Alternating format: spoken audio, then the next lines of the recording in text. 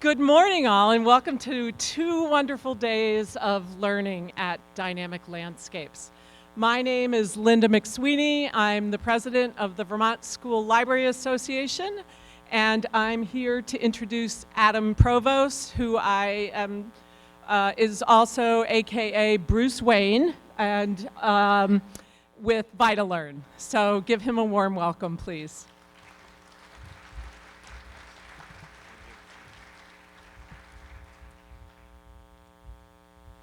We made it. Not only did we get this together, there was some serious tinkering. All the engineers from Star Trek were here. We scoured the earth for adapters that don't exist, and we came up. This was our own little Maker Fest up here. First of all, I want to congratulate you on surviving a brutal winter. Everybody, I think it's finally safe to take off your snow tires. It's safe. I still have one car that I need to do that to. I haven't given up. Winter affected me this year. The other thing many people have noticed is I got a serious haircut. I dropped like 4 feet of hair, and I'm still struggling. I'm still bumping into things and trying to get my bearings. I'm eating more, so that's settling me a little bit. How many people are still in SBAC? Could we have a moment of silence for those people still dealing with it? This is all going to be solved with the new government, really. It is, right? I was excited because we're in education, we're almost out of acronyms, right? But then I heard about No Child Left Behind 2, which is coming up. So now they got the whole number thing, and who knows where that's going to go. This can go on and on and on. The good news is it's going to keep us moving because every 4 years or so they're going to come up with something completely new, which we all know that schools deal with really well, right? For Twitter users, I'm going to ask you right now, I do this at every conference, so a little bit of Twitter hashtag pain here right now. I'm going to ask you for about a minute and a half to gang up with people and take a selfie and post it on VTED. Go ahead, do it. Let's light up the Vermont Twitter universe here. Everybody's looking at me like I have no idea what you're talking about. So we won't have a Twitter class up here. Post some selfies on VTED.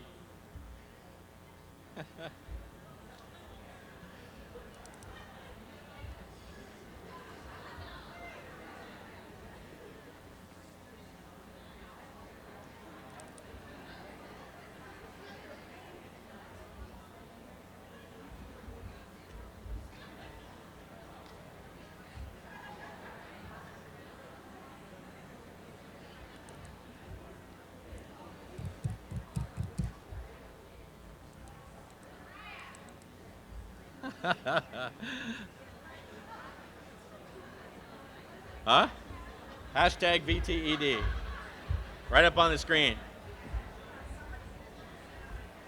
Go ahead and post it with the hashtag VTED. Let people know you're here. Everybody showing off their morning baggy eyes here. This is great, you know. Okay, this afternoon, is Craig Lines here? Craig's not here. I'm still trying to convince him that we need to give away his motorcycle as a door prize. If he parks it out there, who knows?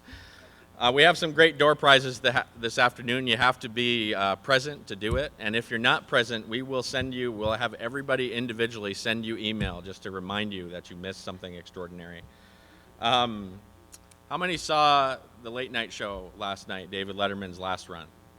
Extraordinary moment in television. I'm a huge late night fan. Johnny Carson was a sad moment in my life when he resigned. But this is the first day after Letterman, right? So we have to do this well. We don't have a choice. Who knows who's going to replace him, but late night television, we hope is going to be even better in the next evolution. I have a person to introduce. Well, actually, I have 2 people. For the first time at a conference, she's smiling already. My daughter is here. Just wave to everybody in the back. That's my daughter. Hey. My beautiful daughter, Grace, has a guest with her today. Noah's with her today. And another person who we brought up, we got rave reviews last year, and this person is one of my great heroes in education, Tracy Redzitis. Where's Tracy? right here. She's up all the way, quick drive this morning from Manhattan, and she's doing a workshop that I really encourage you to check out. She's, again, one of my great heroes in education. So, on to the main event here.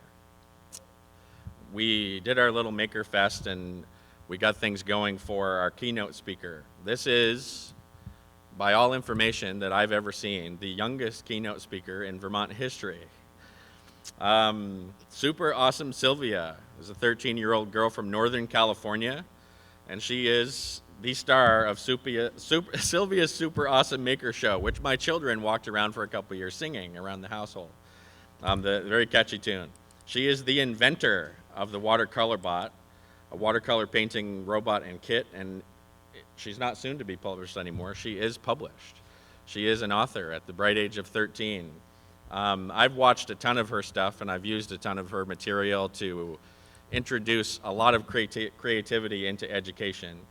Her and her mother, Christina, where's Christina? There she is, right there, flew in from Sacramento, California, and I introduced them to Burlington. We had a super highly productive night after going to Church Street and eating at American Flatbread and burying them in Ben & Jerry's ice cream. So they slept extremely well. Folks, how about an extraordinary Vermont welcome for super awesome Sylvia?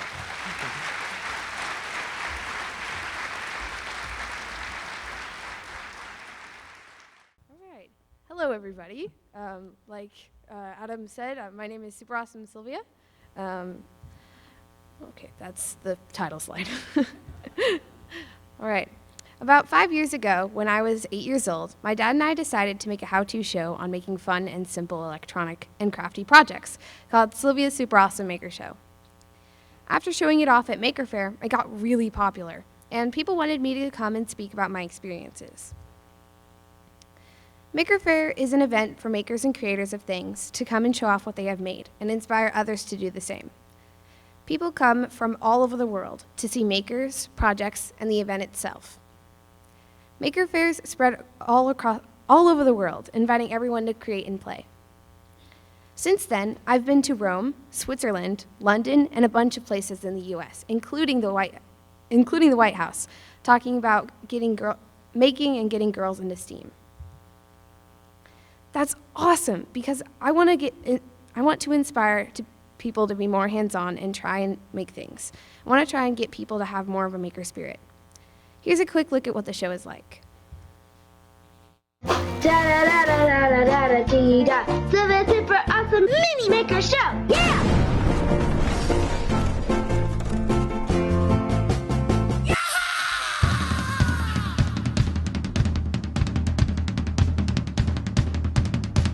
Welcome to Sylvia's Super Awesome Mini Maker Show. On this episode, we'll teach you how to clone your own toys. Crazy putty, squishy circuits, super simple copper etching, alarmingly awesome monochrome clock kit, soft circuitry, awesome mini POV kit from Adafruit. What do I do with my Arduino? Super simple screen printing. Make your own groovy lava lamp.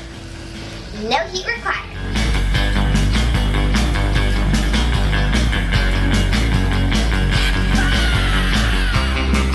Allowing the ink to seep through the holes only where it's needed, reproducing your design wherever you want, again and again.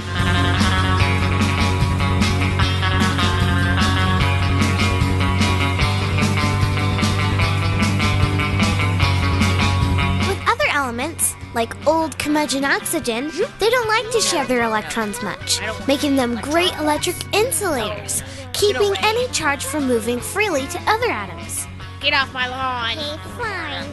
Dragging copper atoms and their free electrons.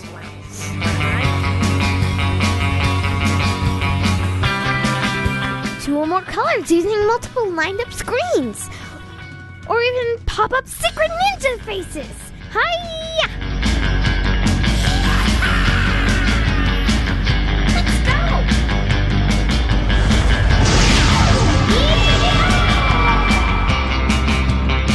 To get the whole picture, all we have to do is move the slice to the next position in space at the right time, and our brains do the rest of the work by piecing the whole picture together from the after images.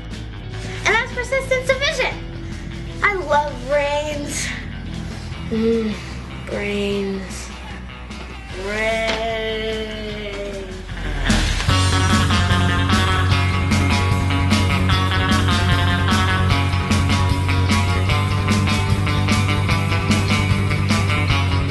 Polar molecules love to stick to other polar molecules. Hey, how's it going?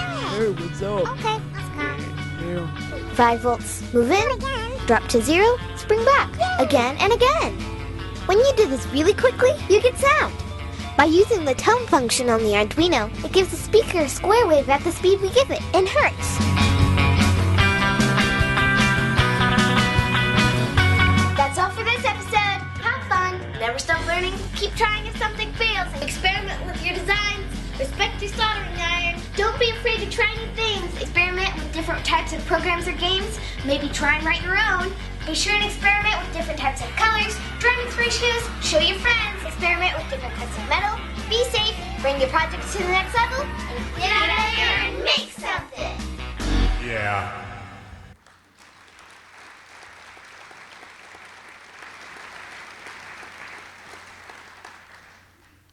Yeah, we have fun making it. I love making. It's not only soldering and electronics that I love doing. I also love sewing, playing around with hot glue, wood carving, creating random props, and drawing. Drawing is a huge passion of mine. I doodle and draw out my ideas for projects. I draw out my friends as cartoon characters. I draw a lot. Drawing is visual communication at the highest level, and if you can do it well enough, you can teach people an idea or concept much easier. Oh, that's, yeah. The genre of making is absolutely huge, from kitchen experiments to rockets to electronics to paper crafts and everything in between. Just use your hands and the materials around you and put something together that wasn't there before. You end up getting 3 things: a physical thing, a better understanding of what went into making it, and usually that's the other one, this one.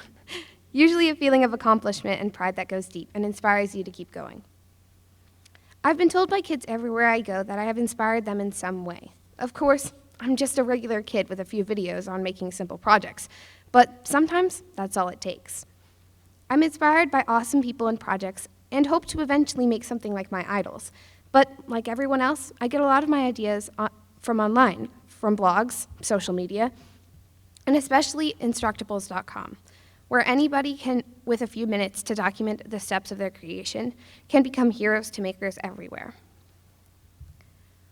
One of my peers, Quinn, got his start on detailing simple electronic projects on Instructables. They got so popular, he ended up starting his own company and is now CEO, shipping kits and parts to people around the world. Another awesome site is DIY.org.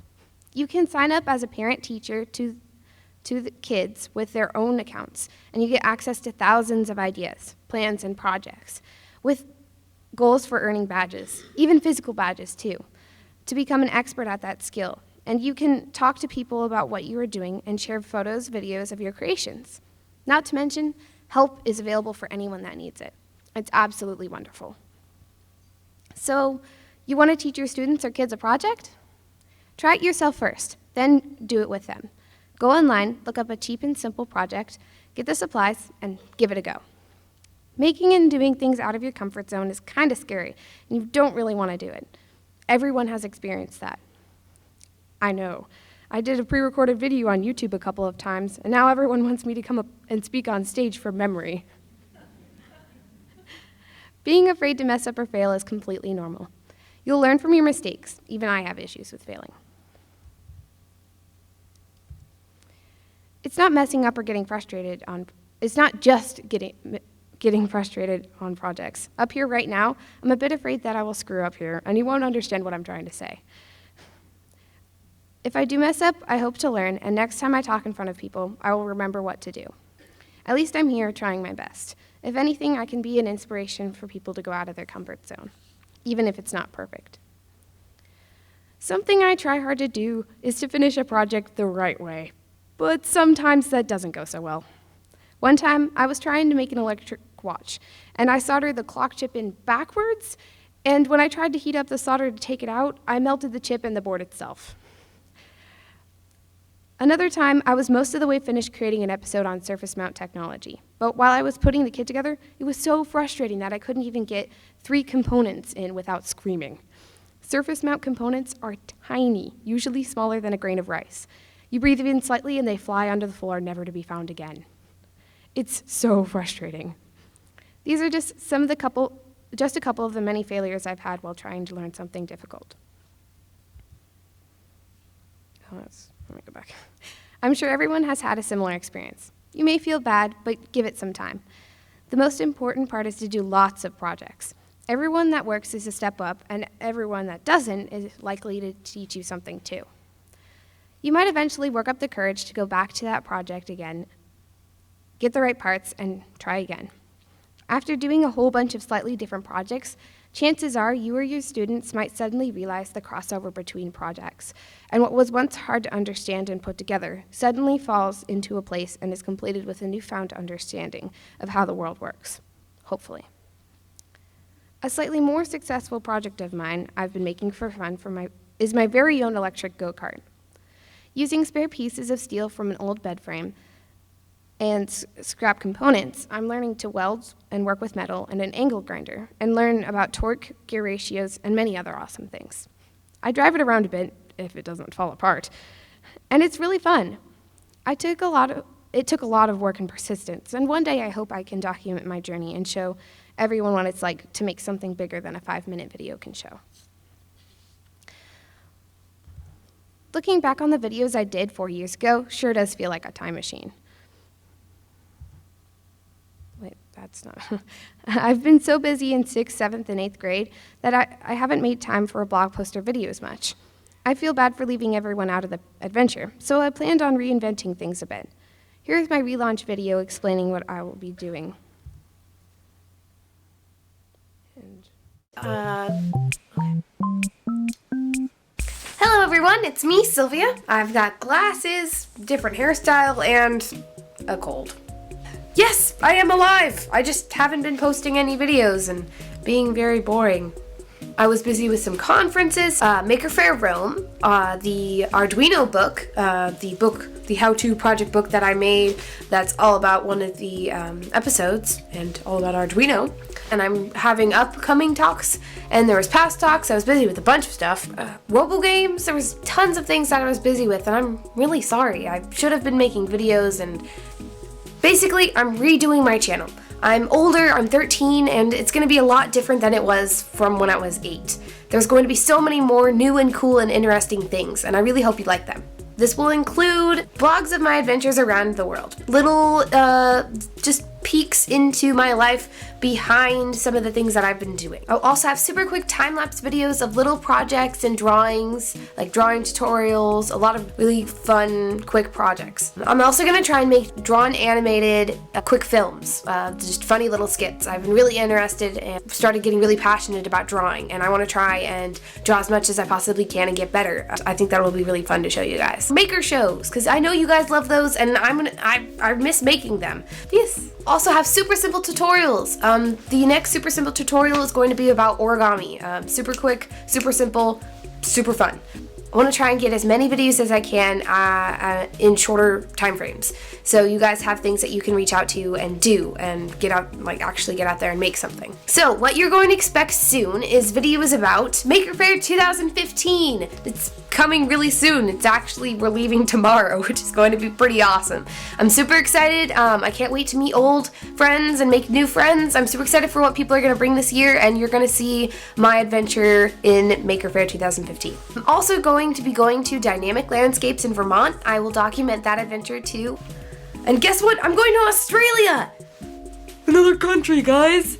In Australia, I will be going to EduTech and going to a bunch of different schools and doing keynotes, conferences, talking to people, and I will document that too so you can see my crazy adventure, and I hope it will be really fun. I'm super excited. This is going to be crazy.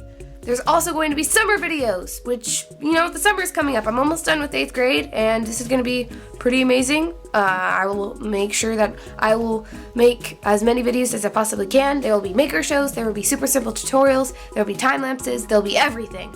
I want to make sure you guys have fun. So that's pretty much it. I hope you like what I'm going to do, and I'm super excited. Thanks, guys.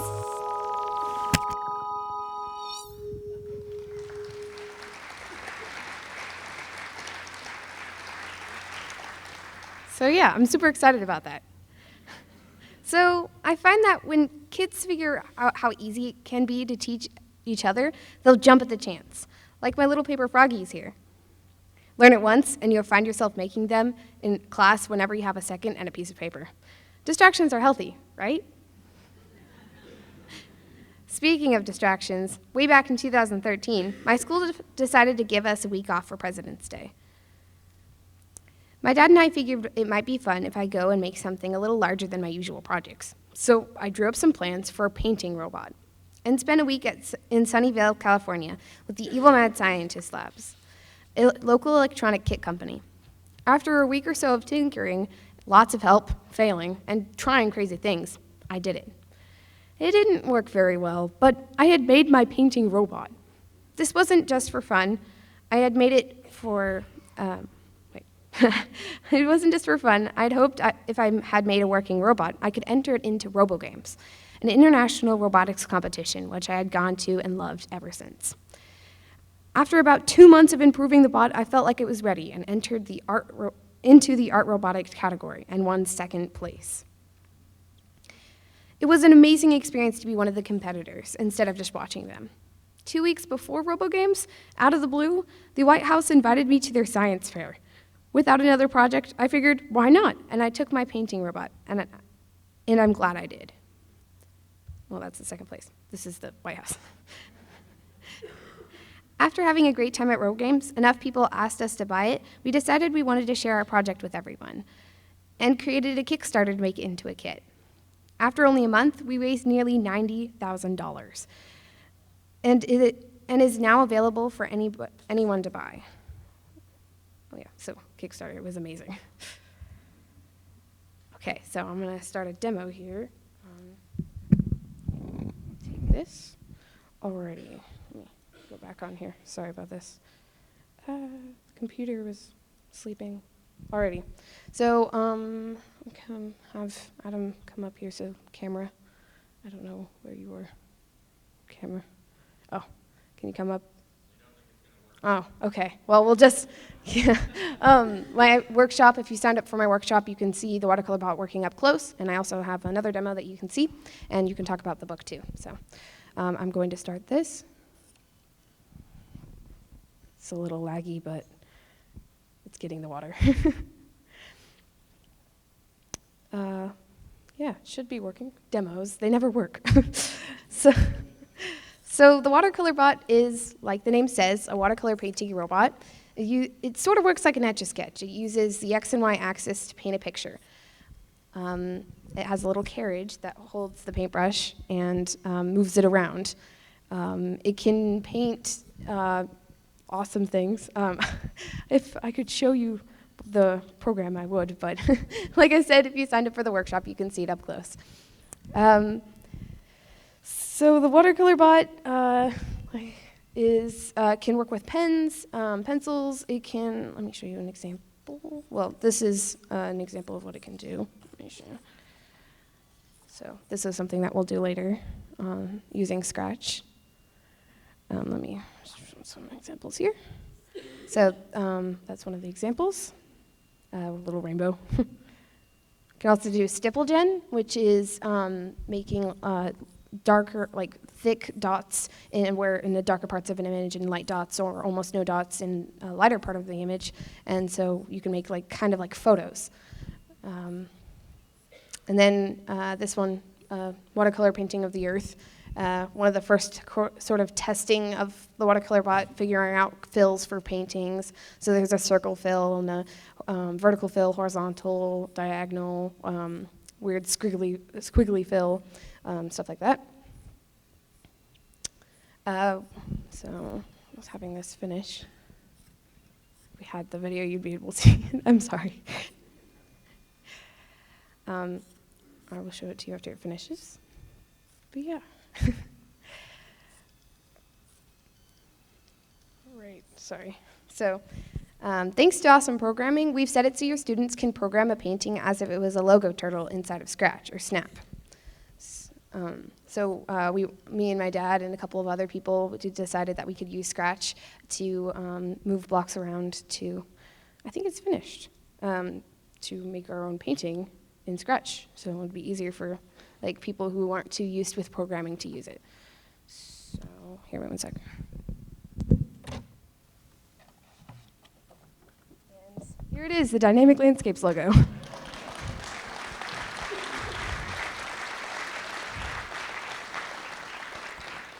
All right, and let me go over here again, show the Scratch logo thing. All right, a little bit over here. Is it still working? Come on, work. All right, there we go. Let me close this. Apparently it's not working.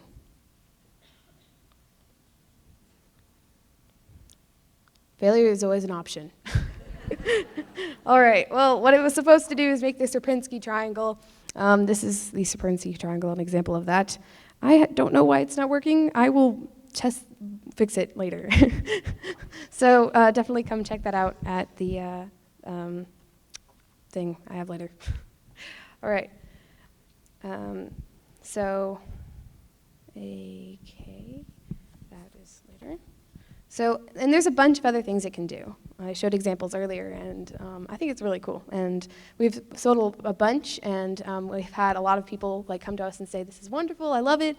And because I want to give back to the maker community that I helped teach me, all the hardware and software designs are open source and hackable, with an open discussion for improvements and features. A 15-year-old student I know even added a laser to his to make it a laser cutter. Don't try this at home, kids, without safety goggles anyway. Speaking of hackable electronics and squash trees for education, after a year of work on the weekends, I've finally finished my first book about Arduino microcontroller for beginners. It covers 3 super simple projects for getting started with the platform, and I recommend it to anyone who wanted to learn more or get started in programmable electronics. Finished last November, it's been #1 on Amazon in its category. It has tons of glowing reviews from readers and people in the field. Here, let me put this in here. So there's the book.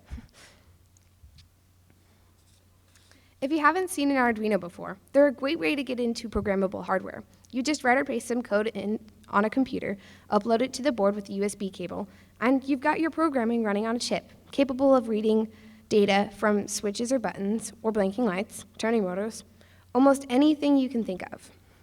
I kind of thought making the book wouldn't be that hard and would only take a few months to convert my Arduino episode into a comprehensive, in-depth how-to book, but no.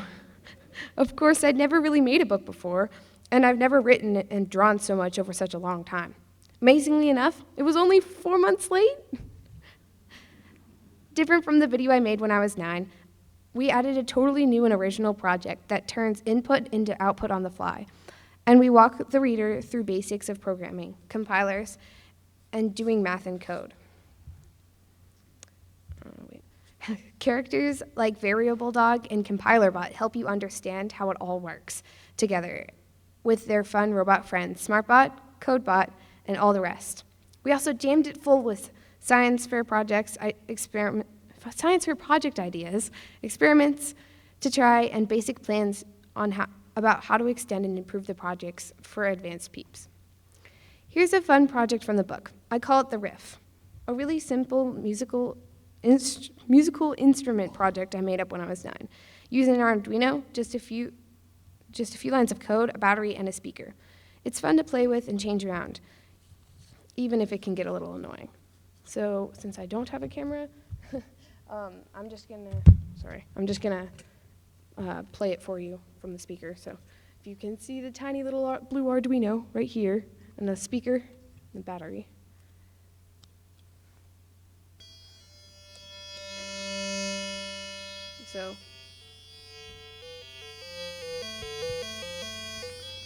So just by touching the pins underneath, it changes the value so it makes different noises. It can be kind of musical.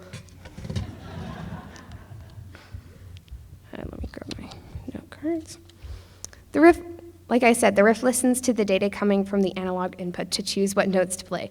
But because it's not plugged into anything, it wobbles around like crazy because of the electronic noise. By touching the pins on the bottom, you nudge the analog higher and lower depending on where you touch, and the speaker plays back some noise based on this. Thanks to the success of the super simple Arduino, I'm currently working on my next project book in this series, all about wearable computing. We plan on including 3 awesome projects to teach you about simple circuits, electricity, sewing, and more. Hopefully I'll have that finished in the next 6 months, if I manage to invent a time machine and cloning machine all at once. So how can you get started in all of this? To become a part of the maker community, how can you and your kids and students have more of a maker spirit? Step 1, start with baby steps. Introduce small, simple projects. Go online and look up how-to videos and tutorials. There's no shame in learning something new at any age. You just have to give it a try. The proliferation of tutorials and learning information online on even complex projects is incredibly deep, and there's probably someone out there that has the same project idea. Step 2, cheap is good.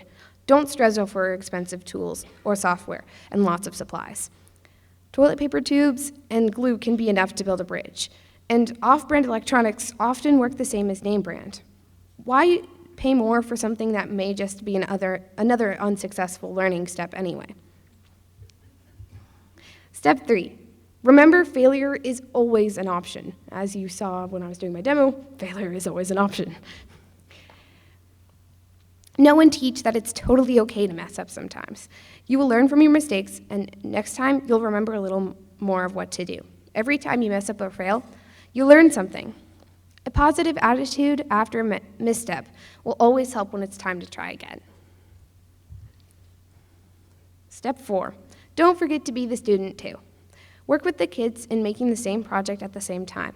It will show them that you are the partner in learning, not just the grader of tests and the judge of final output. Especially since then making less specific goals. The actual act of creation and building something is often more the reward than the final result. Step 5, don't fuss over small details before starting. Just get out there and make something. Thank you.